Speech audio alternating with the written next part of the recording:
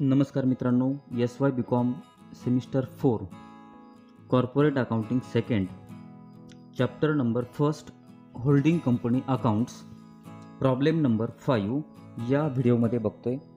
विद्यार्थी मित्रांनो, एक्झाम संदर्भातील अपडेट्स आणि अकाउंटचे प्रॉब्लेम्स बघण्यासाठी चॅनल जरूर सबस्क्राईब करा आणि बेल आयकॉन प्रेस करा, म्हणजे येणाऱ्या व्हिडिओची माहिती आपणास मिळत राहील, नोटिफिकेशन आपल्याला येत राहतील. आपण बघतोय होल्डिंग कंपनी अकाउंट्स या टॉपिकमधला 5वा प्रॉब्लेम. निराली पब्लिकेशनच्या पुस्तकातला हा 5वा प्रॉब्लेम आहे. आपल्याला या ठिकाणी बॅलन्स शीट दिलेलं आहे, त्यानंतर एक 2-3 ॲडजस्टमेंट दिल्यात आणि काय म्हटलं आहे तर prepare a consolidated balance sheet of H limited as at 31 March 2020. Consolidated balance sheet बनवायचे, अगोदर काही वर्किंग नोट करावे लागतात आणि त्यानंतर मग आपल्याला कन्सॉलिडेटेड बॅलन्स शीट बनवता येतं. प्रॉब्लेममध्ये सुरुवातीला काय म्हटलं आहे बघा, the following is the summarise balance sheet of H limited and S limited as on 31 March 2020. H limited आणि एस लिमिटेडचं समराइज बॅलन्स शीट दिलेलं आहे. Liabilities H limited, S limited, assets H limited, S limited. काही adjustment दिल्यात, त्यामध्ये काय म्हटलं आहे बघा, H limited acquired 80% of the shares in S limited.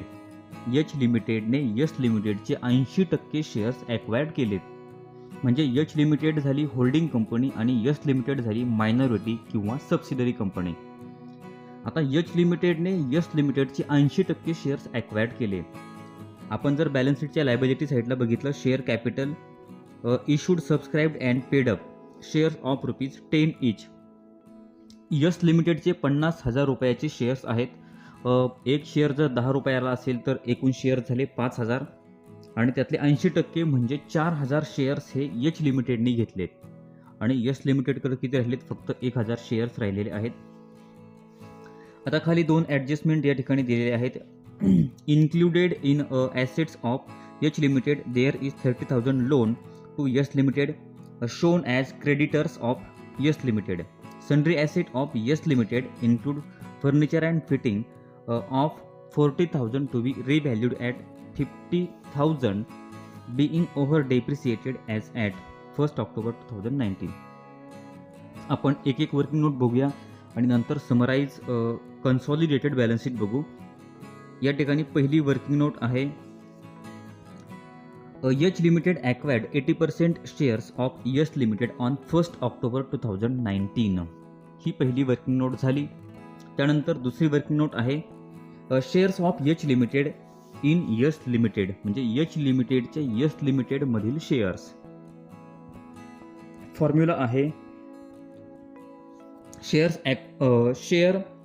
Shares acquired by H limited. H लिमिटेडने किती शेअर्स ॲक्वायर्ड केलेत आणि share issued by S limited.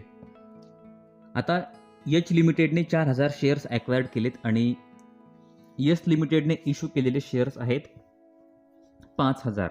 मग 4,000 भागिले 5,000 तुमचं उत्तर येईल 10 चौक 40 आणि 10 पाचे 50, म्हणजे 4/5 हा आपला रेशो आलाय. पुढची वर्किंग नोट तयार करायची आपल्याला, स्टेटमेंट ऑफ कॅपिटल प्रॉफिट. आता स्टेटमेंट ऑफ कॅपिटल प्रॉफिट कसा करणार आपण, तर रिझर्व ॲज ऑन 1 एप्रिल 2019. आता हा रिझर्व कोणाचा घ्यायचा, तर जी मायनॉरिटी कंपनी आहे त्यांचा. बघा, मायनॉरिटी म्हणजे येस लिमिटेडचा रिझर्व अँड रिझर्वचा बॅलन्स आहे 10,000. त्यानंतर प्रॉफिट अँड लॉस अकाउंटचा बॅलन्स आहे 30,000, तो पण या ठिकाणी घ्यायचा आहे. म्हणजे बघा, रिझर्वचा बॅलन्स घेतला आहे 10,000, profit and loss account credit balance 1 April 2019चा 30,000 घेतला आहे आणि प्रॉफिट अर्न फ्रॉम 1 एप्रिल 2019 ते 1 ऑक्टोबर 2019. बघा, या ठिकाणी बॅलन्स शीटमध्ये जर आपण लायबिलिटी साईडला बघितलं, प्रॉफिट फॉर द इयर 10,000 आहे. आपल्याला तो 6 महिन्याचा घ्यायचा आहे, म्हणजे 1/2 आणि तो किती आहे 10,000, म्हणजे 6 महिन्याचा किती येईल 5,000. तो पण या ठिकाणी ॲड करायचा आहे. आणि जी ॲडजस्टमेंट आहे तुमच्या ॲसेटमध्ये जे ॲप्रिशिएशन झालं आहे बघा, appreciation in the value of sundry asset furniture and fitting. Furniture and फिटिंगमध्ये जे 10,000 रुपयांनी वाढ झालेली आहे of S limited being over depreciated on 1 October 2019. 40,000चं फर्निचर आणि फिटिंग त्याची रक्कम 50,000 झाली. 10,000 रुपये ॲप्रिशिएशनचे आपण ॲड केले. मग 30,000, 10,000, 30,000, 5,000 आणि 10,000 अशी यांची जर बेरीज केली तर ते येते 55,000. त्याला म्हणणार आपण कॅपिटल प्रॉफिट. आता जो कॅपिटल प्रॉफिट आला तो काय करायचा आहे, यच लिमिटेड आणि यस लिमिटेड म्हणजे मायनॉरिटी कंपनी जी आहे किंवा सबसिडरी कंपनी दोघांमध्ये डिव्हाइड करायचा आहे. Division of capital profit 55,000. मित्रांनो, डिव्हिजन ऑफ कॅपिटल प्रॉफिट 55,000 तो कसा देणार, जो रेशो आपण वरती काढला आहे 4/5 या रेशोमध्ये दोघांना देणार. आता 4/5 म्हणजे काय, तर 5 भाग आहेत, त्यातले 4 भाग यच लिमिटेडला आणि 1 भाग आहे तो मायनॉरिटीला. आता 55,000 भागिले अगोदर 5 करणार. 55,000 भागिले 5 म्हणजे 11,000 येते. 11,000 गुणिले 4, 11 चोक 44,000 देणार यच लिमिटेडला. तो बॅलन्स गुडविलमध्ये जाईल. आणि 55,000 भागिले जर आपण 1 केलं तर ते येईल 11,000. मग ते 11,000 जातील मायनॉरिटीला आणि मायनॉरिटी इंटरेस्टमध्ये ती रक्कम ॲड होईल. कॅपिटल प्रॉफिट आपण डिव्हाइड केला आहे. त्यानंतर पुढची वर्किंग नोट तयार करायची, स्टेटमेंट ऑफ रेव्हेन्यू प्रॉफिट. आता स्टेटमेंट ऑफ रेव्हेन्यू प्रॉफिट कसं घेणार, प्रॉफिट अर्न फ्रॉम 1 ऑक्टोबर 2019 ते 31 मार्च 2020.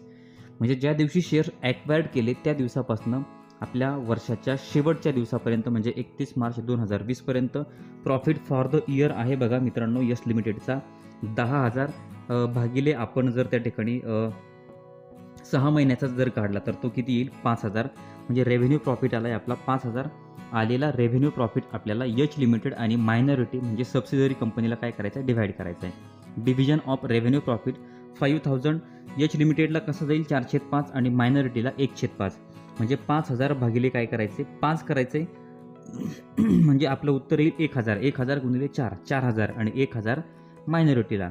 म्हणजे यस लिमिटेडला गेले 4,000 आणि यस लिमिटेडला किंवा मायनॉरिटीला 1,000. यच लिमिटेडचा बॅलन्स जाईल कन्सॉलिडेटेड प्रॉफिट अँड लॉस अकाउंटमध्ये आणि मायनॉरिटीचा बॅलन्स जाईल मायनॉरिटी इंटरेस्टमध्ये. अशा प्रकारे रेव्हेन्यू प्रॉफिटची पण ॲडजस्टमेंट झाली. त्यानंतर पुढची वर्किंग नोट आहे स्टेटमेंट ऑफ मायनॉरिटी इंटरेस्ट. आता मायनॉरिटी इंटरेस्ट कसा काढायचा आहे तर या ठिकाणी त्याचा फॉर्म्युला आहे बघा. त्याचं पण काही एक विशिष्ट सूत्र आहे. Face value of shares held by minority.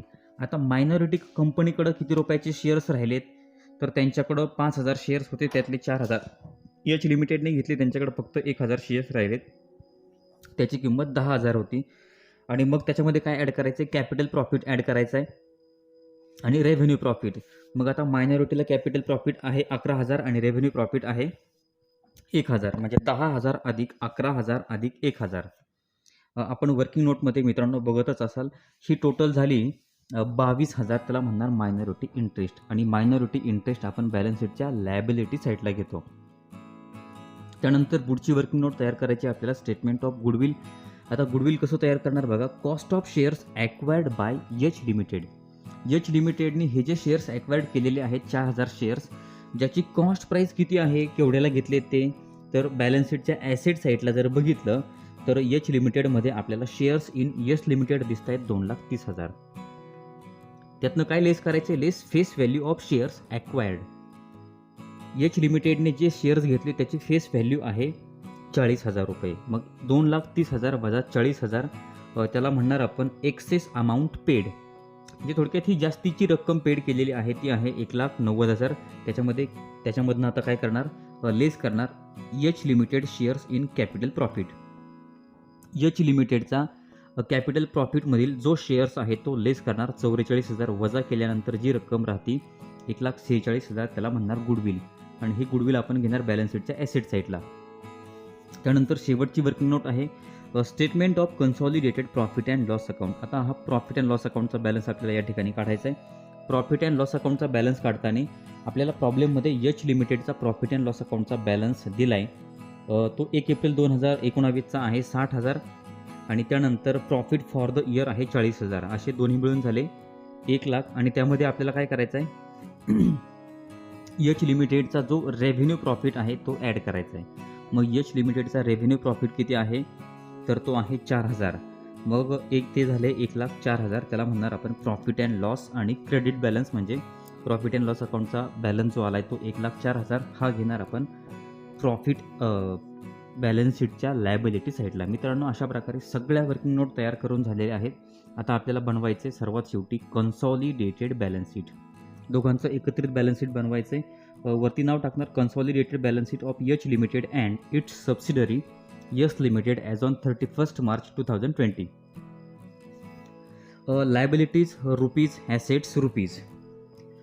मित्रांनो, बॅलन्स शीटच्या लायबिलिटी साईडला बघा, एक नंबरला लायबिलिटी साईडला आहे share capital issued, सबस्क्राईब्ड and paid up. आता यस लिमिटेडचं कॅपिटल आपण या ठिकाणी घेतलेलं आहे वर्किंग नोट करताना. राहिलं यच लिमिटेडचं, तो बॅलन्स आहे 2 लाख, तो घेतला आहे आपण लायबिलिटी साईडला. त्यानंतर reserve as on 1 April 2019. S लिमिटेडचा रिझर्व्ह घेतलेला आहे घ्यायचा, यच लिमिटेडचा 30,000 घेतला आहे. त्यानंतर प्रॉफिट अँड लॉस अकाउंटचा जो बॅलन्स आपण सर्वात शेवटी वर्किंग नोटमध्ये काढला आहे तो आला आहे 1,04,000, तो लायबिलिटी साईडला घेतला आहे. त्यानंतर मायनॉरिटी इंटरेस्टची सुद्धा आपण वर्किंग नोट तयार केलेली आहे, तो बॅलन्स आहे 22,000, तो पण आपण लायबिलिटी साईडला घेतला आहे. त्यानंतर बॅलन्स शीटच्या लायबिलिटी साईडला फक्त एकच आयटम राहिला आहे, तो म्हणजे क्रेडिटर्स. आता क्रेडिटर्स यच लिमिटेड आणि यस लिमिटेड 1,00,000 आणि 30,000 झाले, 1,30,000. आता त्यातनं काय करायचं, प्रॉब्लेममध्ये दिलेली ॲडजस्टमेंट आहे बघा 30,000ची. ती रक्कम काय करायची, या ठिकाणी इथनं वजा करायची. त्याला म्हणायचे लेस इंटर कंपनी ओविंग 30,000. 30,000 वजा केल्यानंतर 1,30,000मधनं 30,000 वजा केले, क्रेडिटरची रक्कम आली 1,00,000. आता ही ॲडजस्टमेंटमध्ये दिलेली आहे. 30,000 आपण वजा केले म्हणजे कोणते, included in the asset of H limited there is 30,000 loan to S limited. ही रक्कम काय केली आपण, shown as creditors of S limited. ही यस लिमिटेडमध्ये त्या ठिकाणी आपल्याला 30,000 रुपये दिसत आहेत, ती आपण काय केले, वजा केले. अशा प्रकारे ही ॲडजस्टमेंट झालेली आहे. आता बॅलन्स शीटच्या ॲसेट साईडला बघा 3च आयटम आहेत सन्ड्री ॲसेट. ठीक आहे, सर्वात एक नंबर आपण घेणार गुडविल आपण वर्किंग नोटमध्ये तयार केलेलं आहे. गुडविलची रक्कम आहे 1,46,000. त्यानंतर आहे कॅश ॲट बँक. प्रॉब्लेममध्ये ॲसेट साईडला कॅश ॲट बँक दिलं आहे. यच लिमिटेडची रक्कम आहे 20,000 आणि यस लिमिटेडची 10,000. 30,000 आली, ती आपण डायरेक्ट आउटवर्डला घेतली. त्यानंतर सर्वात शेवटी सन्ड्री ॲसेट्स. आता सन्ड्री ॲसेट यच लिमिटेडच्या आहेत 1,80,000 आणि यस लिमिटेडच्या आहे 1,20,000. आता यस लिमिटेडच्या 1,20,000मध्ये आपण काय करणार, appreciation in furniture and fitting. Furniture आणि फिटिंगमध्ये 10,000 रुपये जे ॲप्रिशिएशन झालेलं आहे ती रक्कम ॲड केली. मग यस लिमिटेडचं ॲसेटची रक्कम आली 1,30,000 आणि त्यातनं इंटर कंपनी ओविंगचे 30,000 रुपये वजा करणार. लेस इंटर कंपनी ओविंग आणि कंपनी लोन आहे बघा, ते इंटर कंपनी लोन 30,000 रुपये ते वजा केले. आउटवर्ड रक्कम आली 2,80,000 म्हणजे 1,80,000. त्यानंतर 1,30,000मधनं नाही 1,30,000 1,80,000 सन्ड्री ॲसेटचे आहेत. त्यानंतर यस लिमिटेडचे आहेत 1,30,000 झाले 3,10,000 आणि 3,10,000मधनं आपण 30,000 वजा केल्यानंतर 2,80,000 आले सन्ड्री ॲसेटची रक्कम. मित्रांनो, अशा प्रकारे प्रॉब्लेम पूर्ण सॉल्व्ह झालेला आहे. आता बॅलन्स शीट आपल्याला टॅली करायचं आहे. बॅलन्स शीट टॅली केल्यानंतर रक्कम येते 4,56,000, 4,56,000. लायबिलिटी साईड आणि ॲसेट साईड दोनही बाजू टॅली होतात. मित्रांनो, अशा प्रकारे हा प्रॉब्लेम होता होल्डिंग कंपनीचा निराली पब्लिकेशन पुस्तकातला 5वा प्रॉब्लेम आपण बघितला आहे. सुरुवातीला वर्किंग नोट तयार केल्या आणि सर्वात शेवटी कन्सॉलिडेटेड बॅलन्स शीट तयार केलेलं आहे. एक वर्किंग नोट व्यवस्थित बघून घ्या आणि वर्किंग नोटमधून आलेल्या रकमा आपण बॅलन्स शीटला घेतलेल्या आहेत. त्यामध्ये गुडविल असेल, प्रॉफिट अँड लॉस अकाउंटचा बॅलन्स असेल, मायनॉरिटी इंटरेस्ट असेल. हा प्रॉब्लेम मित्रांनो संपलेला आहे. यानंतर आणखीनही वेगवेगळे अकाउंटचे प्रॉब्लेम या यूट्यूब चॅनलवरती तुम्हाला बघायला मिळतील. व्हिडिओ जर आवडला असेल तर लाईक करा, कमेंट करून कळवा. धन्यवाद.